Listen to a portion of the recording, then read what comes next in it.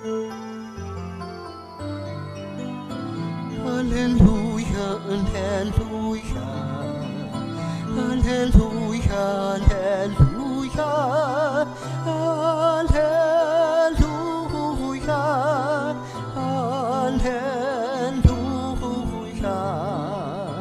Halleluja, Halleluja. Narito ang lingkod ng Diyos, maganap nawa ng lubos ang salita mong kaloob. Halleluja, Halleluja, Halleluja, Halleluja, Halleluja, Halleluja, Halleluja,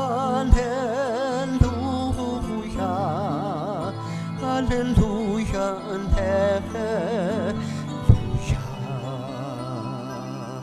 Halleluja, Halleluja, Halleluja,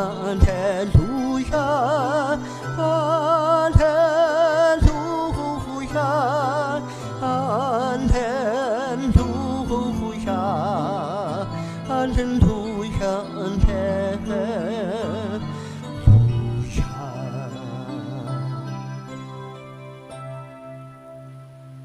Sumainyo ang Panginoon. At sumainyo rin. Ang mabuting balita ng Panginoon ayon kay San Lucas. Papuri sa iyo, Panginoon.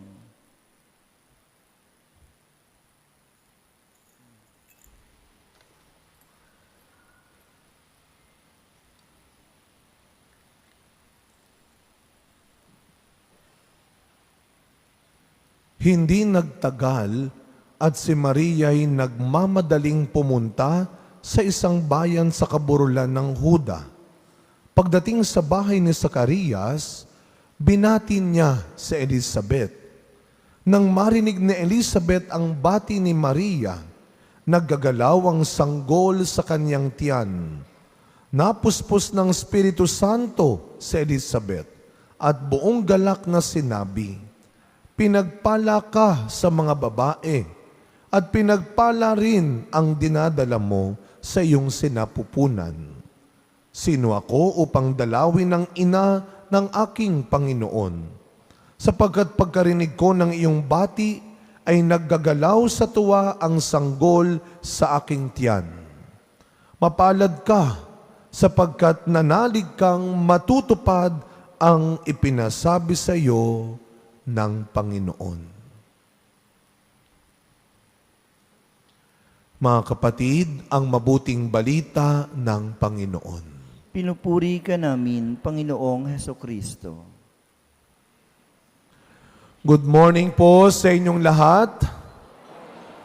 Batiin natin ang mga katabi natin, good morning. At tayo po ay nasa ilang araw, 7 umaga na po ng ating Misa de Gallio. Palakpakan natin ng ating Panginoon sa 7 araw na ito. Ano, nakakatawa ho kayo. Hindi ko pa sinasabing pumalakpak, pumapalakpak na ho. No? Parang andito yung tuwa sa puso natin. Aba, ang galing ko rin talaga na kaya ko. 7 na. Kaya taas ang kamay ng mga nakapito. Taas po ang kamay na nakapito. Wow, congratulations po sa inyo. Kaya naman, doble-dobling ingat. 2 na lang. 2 na lang. Imagine that. Napakabilis ng araw. So nakapito na kayo, pero meron akong nakilala sa likuran. Hindi ko nasasabihin at ituturo kung sino siya. No? Pero ang sagot niya, "Pang-ilang araw mo na?" Sabi niya sa akin, "Una pa lang." Meron ba dito first day lang? Taas nga ang kamay ninyo. Yung ngayon pa lang kayo nakapagsimbang gabi, taas ang kamay. Ayon. Meron ho. Huwag ko kayong mag-alala. Lahat naman tayo, pare-pareho pa rin tayong bibigyan. Lahat ng naniniwala na meron siyang matatanggap na regalo, biyaya, ngayong Pasko, palakpakan natin muli ang Panginoon at mag-thank you tayo. Sabay-sabay nga natin sabihin ng malakas, "Thank you, Lord." And remember that we do these 9 days not just to ask for something. Simbang gabi, Misa de Aguinaldo, is also about gratitude. Being grateful to God. Ang ganda ng ating kulay ngayong umaga. Red. Pulang-pula. Alam nyo sa CCTV camera natin, ang ganda nyo tignan. Pulang-pula. Kasi nung nakaraan, puro violet. Para tayong isang malaking platong punong-puno ng puto-bongbong. Pero ngayon, pulang-pula tayo. At pag sinabing pula, anong naisip natin bukod sa Valentine's Day? Pag nakapula ka, anong sinasabi sa'yo? Birthday mo? May nagbe-birthday ba ngayon? Sino po ngayon ang may birthday talaga? Wala. Meron birthday niyo po talaga ngayon? Ngayong araw na ito, tayo nga ho kayo. Ilan pa? Biglang dumami, no? Dalawa kayo? Birthday niyo yung dalawa? Asa no? Brother kayo rin, brother. Birthday niyo ngayon, pero hindi kayo nakapula. Nasaan yung unang nakapulang may birthday? Tayo. Si brother na nakakulay blue na may birthday. Brother, tayo ka po. Tayo ang mga may birthday. Kanta natin sila. Happy birthday to you. Happy birthday to you. Happy birthday, happy birthday. Happy birthday to you. Palakpakan po natin. Huwag kayong uupo. Huwag kayong uupo. Tayo lang, tayo lang. Pasensya na ho kayo. Dalawa lang itong aking regalo. Ibigay natin sa my birthday. Pero yung isa po, bibigyan ko rin po kayo. Ha? Sige, bigay nyo muna doon sa dalawang babae. Yung kay brother, mamaya ko ibibigay after ng misa. Dahil huli ka, dahil hindi ka nakapula. Pero may regalo ka pa rin. Ha? Happy birthday po. Palakpakan po natin ang ating mga may birthday ngayong umaga. Mamaya po, after the Mass. Upo po na po kay brother. Upo na po, brother. Ayan. You know, when we say happy birthday, pag tayo nagbe-birthday, nag-anniversary, wala tayong ibang maisip at maramdaman kundi, Lord, salamat. Thank you, nag-birthday ako ulit. Thank you, umabot kami ng ganito katagal mag-asawa. Kaya nga, we always fill our hearts with gratitude. Iba ang ginagawa ng pusong nagpapasalamat. When we learn to be grateful, sabi ko nga, grateful people are happy people. Grateful lives are happy lives. Kasi yung mga taong wala na at hindi na marunong tumingin, kumilala sa mga biyaya sa buhay na dapat ipagpasalamat, ito yung buhay na madalas manghina, buhay na madalas masira.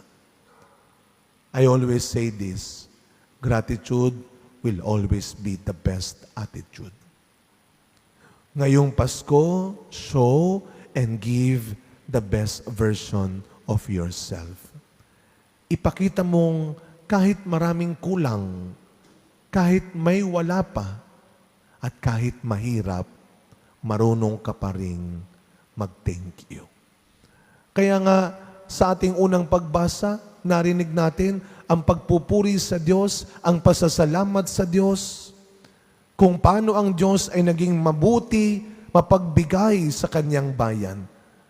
Kung paano ang Diyos ay nakinig. At sa ating kalawang pagbasa, isa lamang ang hain. Inaalala natin ngayong magpapasko kung paano nagbigay ang Diyos.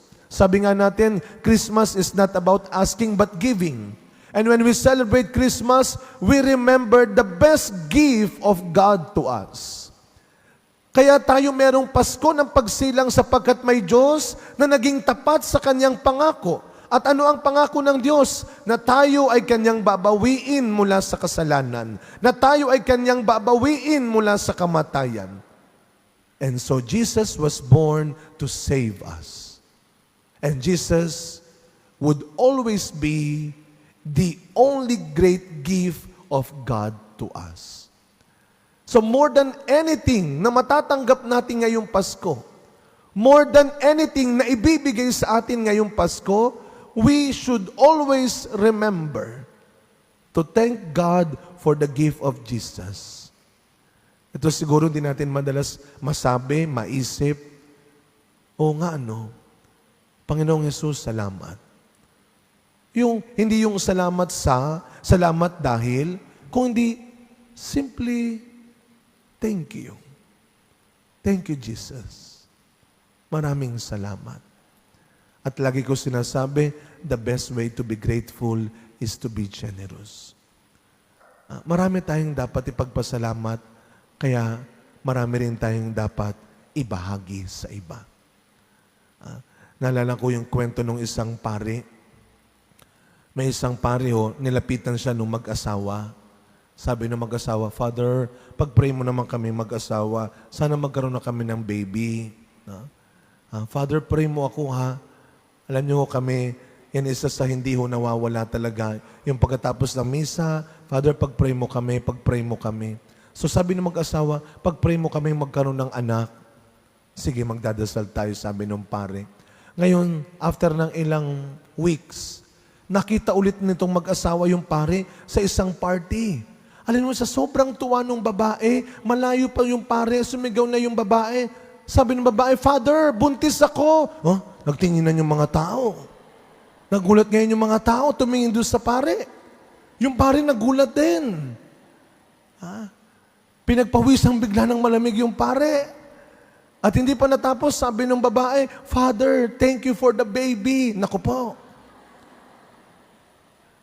Gusto nang malubog sa lupa nung pare. Kaya pag kayo po humingi ng prayer sa akin at natupad, huwag niyo na akong balikan. Huwag niyo na akong hanapin. Baka kung ano pang maisigaw ninyo. Of course, hindi mawawala sa atin yung pagpapasalamat. Pero huwag nating kalilimutan that every blessing that we receive must be shared. Laging merong mas malalim, mas mabuting dahilan ang bawat biyayang tinatanggap natin. At mawawala yan kung hindi natin matututunang ibahagi. Kaya ano ang ginawa ni Maria? When Mary received the great news of being the mother of our Savior, she visited her cousin Elizabeth. Anong ginawa ni Maria? Nagmamadali siyang pumunta sa kanyang pinsang si Elizabeth. Una, para ibahagi ang mabuting balita na ako ay magiging nanay. Ibinahagi niya, dala-dala niya sa kanyang sinapupunan ang anak ng Diyos. Yun ang una. Pero meron pang pangalawang dahilan kung bakit nagpunta si Maria sa kanyang pinsang si Elizabeth. Ano po yun? Tandaan ninyo ang sabi ng anghel. Naalala mo, Maria, ang pinsan mong si Elizabeth, matanda na. Ngayon nagdadalang tao siya. Ito yung kulang na lang sabihin ng anghel, o hihintay mo pa bang sabihin kung tulungan mo siya?